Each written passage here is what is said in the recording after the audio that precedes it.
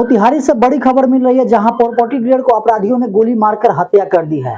मामला मोतिहारी के सुगौली थाना क्षेत्र की बताई जाती है, जहां प्रॉपर्टी डीलर अपने काम निपटा करके रक्सौल से मोतिहारी आ रहे थे। इसी क्रम में स्कॉर्पियो से ओवरटेक करके अपराधियों ने प्रॉपर्टी डीलर अनूप सिंह को गोली मारी है छपवा टोल प्लाजा के पास, जिसके बाद गोली की आवाज सुनकर के आसपास के लोग दौड़े, जब तक अपराधी फरार हो चुके थे। हालांकि घटना के तुरंत बाद मौके वारदात पे थाना अध्यक्ष पहुंचे और मौके पर एम्बुलेंस पहुंचे, जहां ग्रामीणों के सहयोग से उनको रहमानिया सेंटर पहुंचाया गया, जहां रहमानिया में इलाज के दौरान उनकी मौत हो गई। मृतक की पहचान अनूप सिंह के रूप में की गई है। अनूप सिंह प्रॉपर्टी डीलर थे और वो किसी काम निपटा करके रक्सौल से मोतिहारी अपना बेलबनवा में डेरा में आ रहे थे। हालांकि मृतक अनूप सिंह की घर पैतृक गांव पहाड़पुर के इंग्लिश पड़ता है। हालांकि वो रक्सौल के हरैया में भी घर बनाए थे और रक्सौल के हरैया से ही वो मोतिहारी अपना डेरा आ रहे थे। इसी दौरान अपराधियों ने ओवरटेक करके छापवा टोल प्लाजा के समीप उनको गोली मारकर हत्या कर दी है।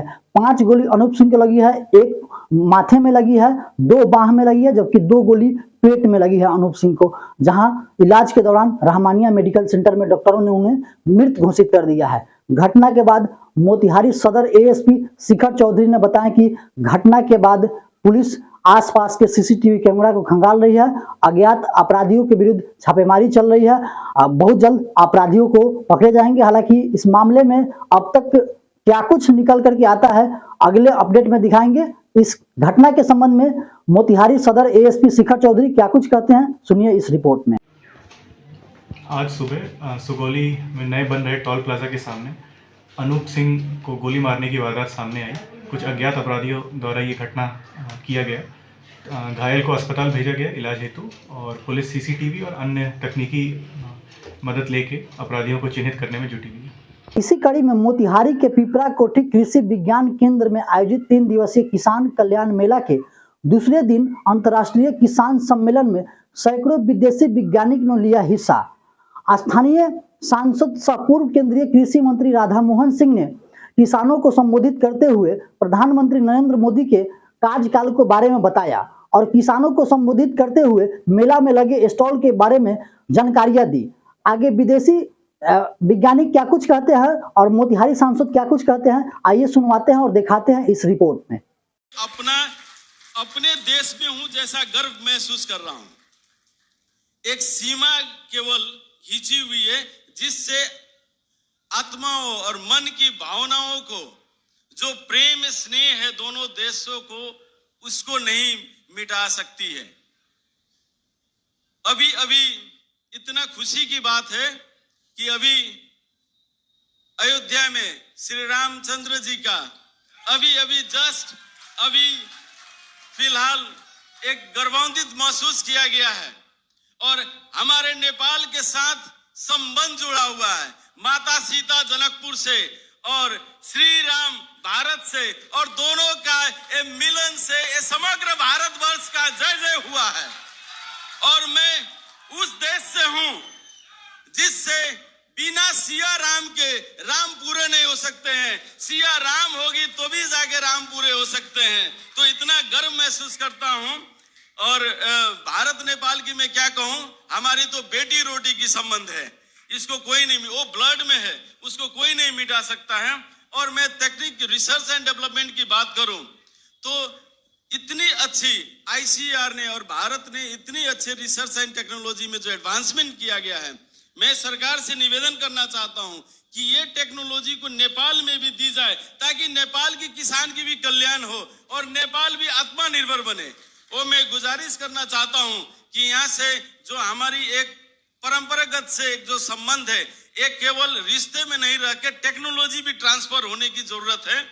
एंड आज की जो आत्मनिर्भर कृषि सह बागवानी विस्तार एंड पशुधन कल्याण मेला में जितने भी यहाँ पे आए हुए हैं किसान, मैं उनको सर्वश्रेष्ठ नागरिक मानता हूँ, क्योंकि बिना किसान के, बिना उनके हम कुछ भी नहीं कर सकते हैं।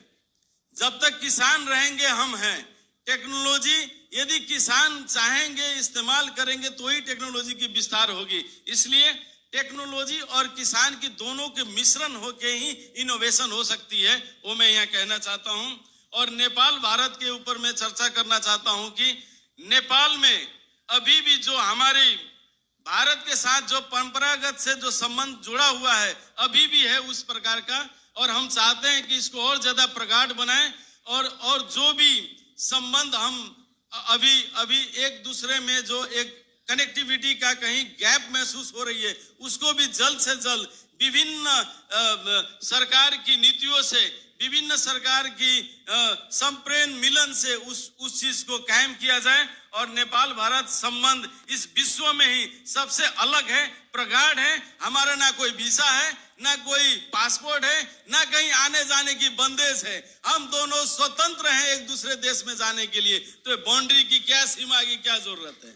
इसलिए मैं काफी गर्व महसूस करता हूं और काफी आज खुश हूं कि ये अपॉर्चुनिटी मुझे यहाँ पे मिला है। और मैं यहाँ कृषि विज्ञान केंद्र का मैं एकदम अरविंद कुमार सिंह जी को तहे दिल से धन्यवाद देना चाहता हूँ, संजय सिंह जी को धन्यवाद देना चाहता हूँ कि उन्होंने मुझे और मेरे सहकर्मी वैज्ञानिकों और किसानों को नेपाल से यहाँ लेके आए और काफी अच्छा महसूस कर रहा हूँ। और मैं ये चीज एक रिपोर्ट भी अपने कंट्री में अपने सरकार को दूंगा।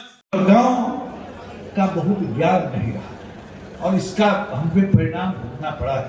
लेकिन आज देश का जो आप देखेंगे कि हम कितना आगे बढ़े हैं, आप अंदाज लगाइए कि हम